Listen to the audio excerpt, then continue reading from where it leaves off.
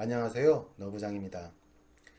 저도 유튜브에 자료를 올리다 보니까 저작권 침해로 신고된 적이 3번 있습니다.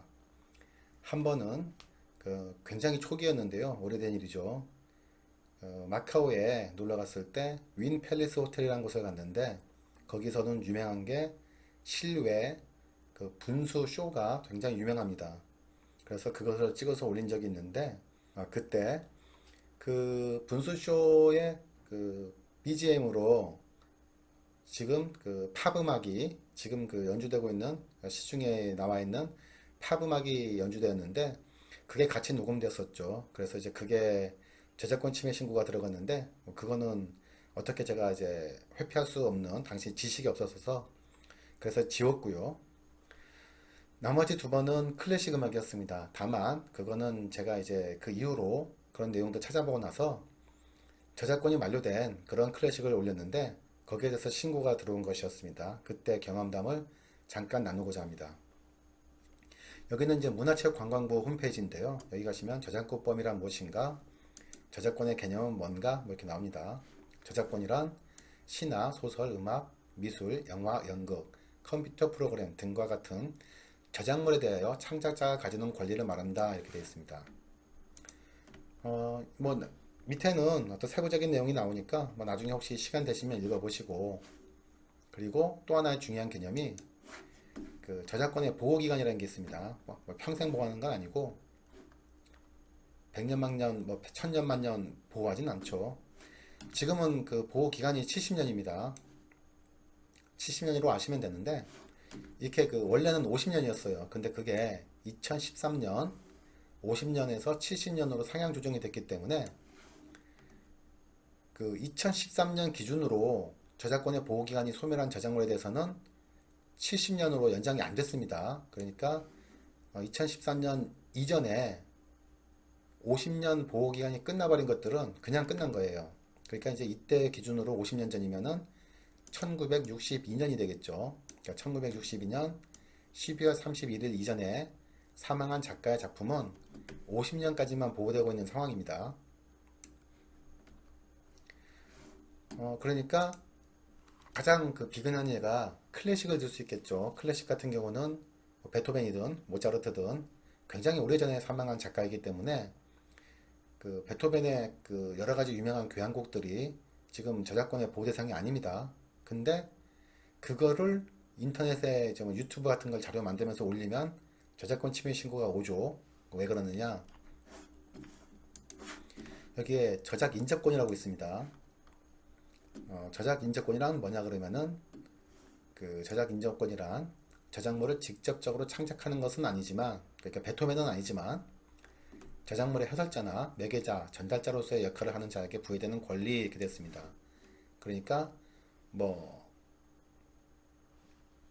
뉴욕필 뭐 오케스트라라든가 혹은 뭐 이제 카라얀이라든가 이런 사람들은 여기에 공연도 하고 혹은 매개자도 되고 여러 가지 전달자가 되죠.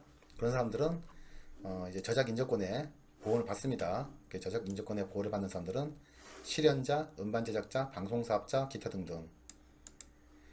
뭐 여기 밑에 또 다 그런 건 아니고 여러 가지 단서들이 달리는데요. 뭐 보호되는 것은 아니며 어쩌고 저쩌고. 중요한 건 이제 그건 아니고. 그렇기 때문에 지금 클래식을 올리시더라도 그 클래식을 본인이 연주하지는 않는 한 누군가가 연주를 한 거겠죠. 그러면은 그 연주한 사람의 저작 인접권이 있기 때문에 저작권 침해가 됩니다. 저 같은 경우도 실제 그랬고요. 다만 음악이라는 게 연주가 굉장히 많죠. 뭐 지휘자가 카라얀만 있는 것도 아니고 꼭 오케스트라가 어디 뭐 뉴욕이나 베를린만 있는 것도 아니니까 그럼 누가 이게 했던 것들에 대해서 침해가 된 건지를 사실은 구글도 정확히 모를 겁니다. 저 같은 경우에는 저작권이 만료됐고 저작 인접권조차 만료된 음악을 올렸음에도 불구하고 침해 신고가 들어갔더라고요. 아마 자동으로 가장 비슷한 연주에 대해서 들어가는 게 아닌가 싶습니다. 그랬던 사례가 저 같은 경우는 이제 저한테 저작권 침해되었다라는 어떤 메일은 지워져 버렸고 제가 이제 이의 제기한 내용을 이제 여기다 보여드리는데요.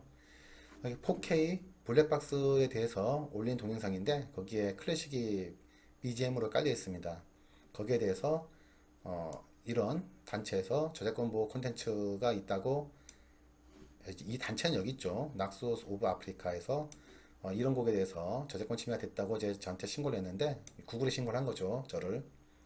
저는 그 여기서 소유권을 주장하는 연주가의 작품은 맞는데, 다만 다른 곳에서 이제 BBC에서 저기 아마 의뢰했던 모양인데, 어쨌든 저작권이 만료된 공연이었습니다. 그래서 여기다가 이제 관련 자료를 제출했죠. 제가 다운받은 홈페이지에는 그런 내용들이 다 나와 있었습니다. 원래 이제 그 검색해 보시면은 저작권하고 저작 인정권이 만료된 그런 클래식 곡들을 공유하는 사이트들이 꽤 있습니다.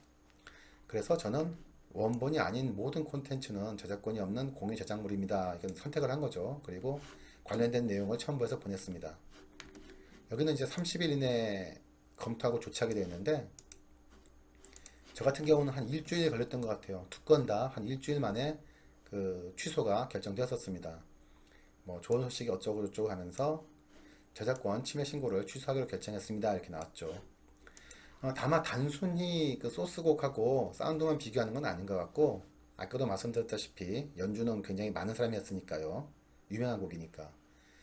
제가 이제 그 설명에다가 그 연주자의 이름을 이제 언급한 게 있는데, 아마 이제 그래서 그 곡하고 연주자를 다 그 자동적으로 검색해서 자신들의 어떤 그 저작권 데이터베이스에서 가장 근접한 사람에게 그 통보된 게 아닌가 싶습니다. 물론 이제 저는 관련 근거를 다 보내줘서 취소가 됐지만요. 사실 클래식 곡, 굉장히 오래된 클래식 곡이 아닌 바에는 뭐 팝이든 케이팝이든 그리고 이제 어떤 음악이든 저작권 침해를 벗어나기는 어렵습니다. 설령 그 곡을 자신이 직접 커버곡으로 다시 불렀고 혹은 연주를 다시 했든 간에 그렇더라도 저작권에는 거의 침해된다고 봐야겠죠. 뭐 원곡에 대한 저작권이 만료가 되지 않았으니까.